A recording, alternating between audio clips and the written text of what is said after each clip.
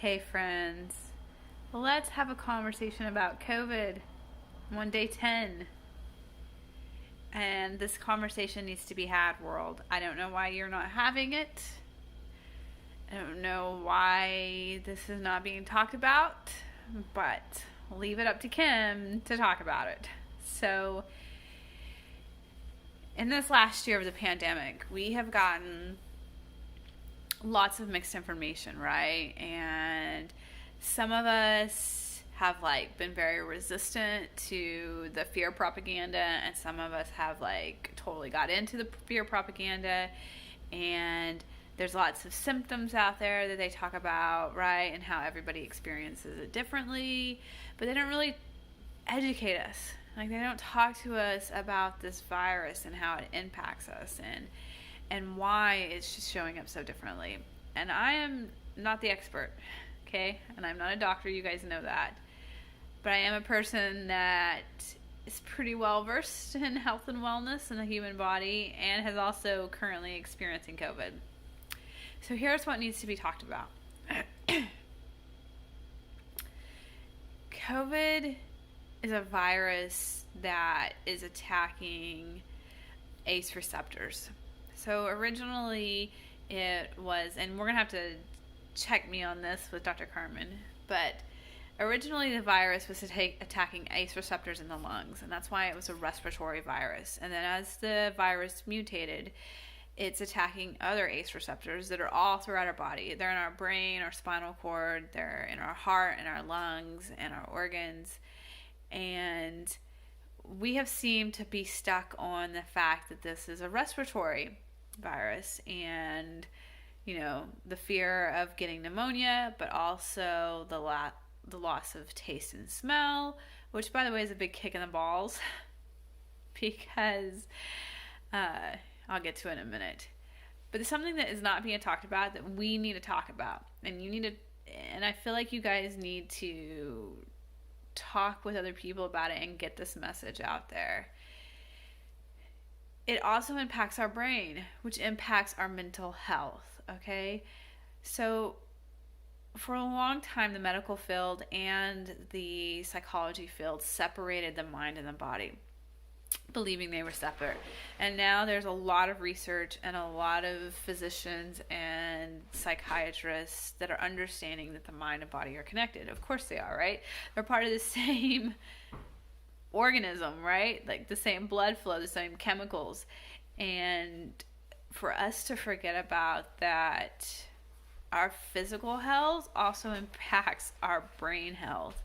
And COVID is also affecting people's mental health. And we're not talking about that. We're not talking about how when you have COVID, that this virus can impact your brain and your brain health. And that sounds really scary.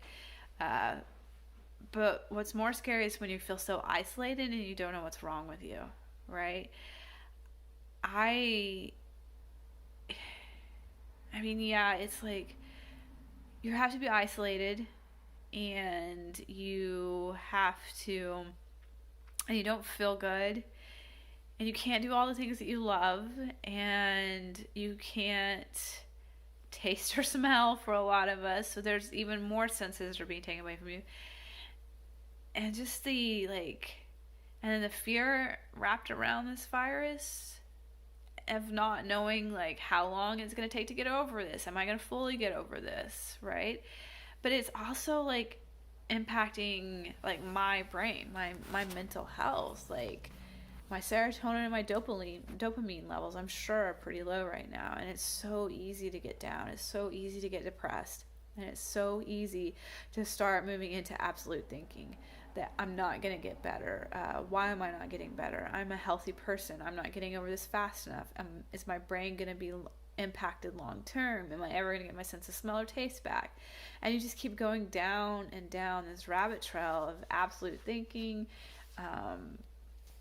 fear, right? I understand the human body, and I understand that it's my immune system that's going to kick this. But because this virus is impacting my brain health, it's impacting my mental health. So it's very hard to think as clearly. And when you're not feeling good, you don't think as clearly anyways, right?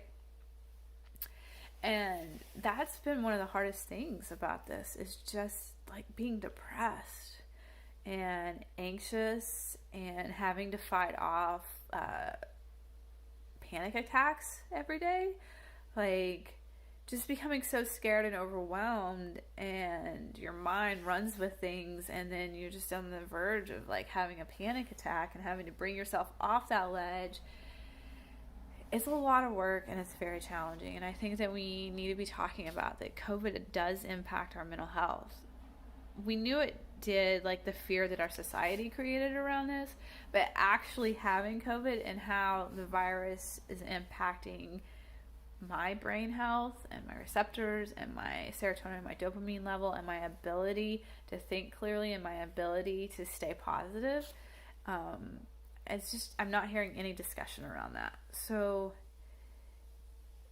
know that if you have COVID and you're getting depressed, like, it's a thing. You're not crazy. There's not something wrong with you. There's not,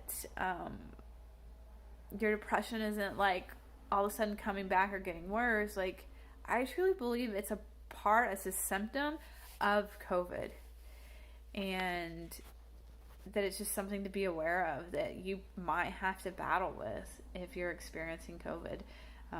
That this is legit, and it's really hard to stay positive. It's really hard to stay up and be optimistic. That your brain just keeps wanting to go to like absolute thinking and black and white and despair and hopelessness. So you're not alone. If you're experiencing that with COVID, like, you're not alone. This, it's a real thing. It does happen, and there's a lot of us that are not just physically suffering, but mentally suffering as well due to this virus. And if you're looking to help your friends that have COVID and you don't know what to do, like, for me, it was the worst part.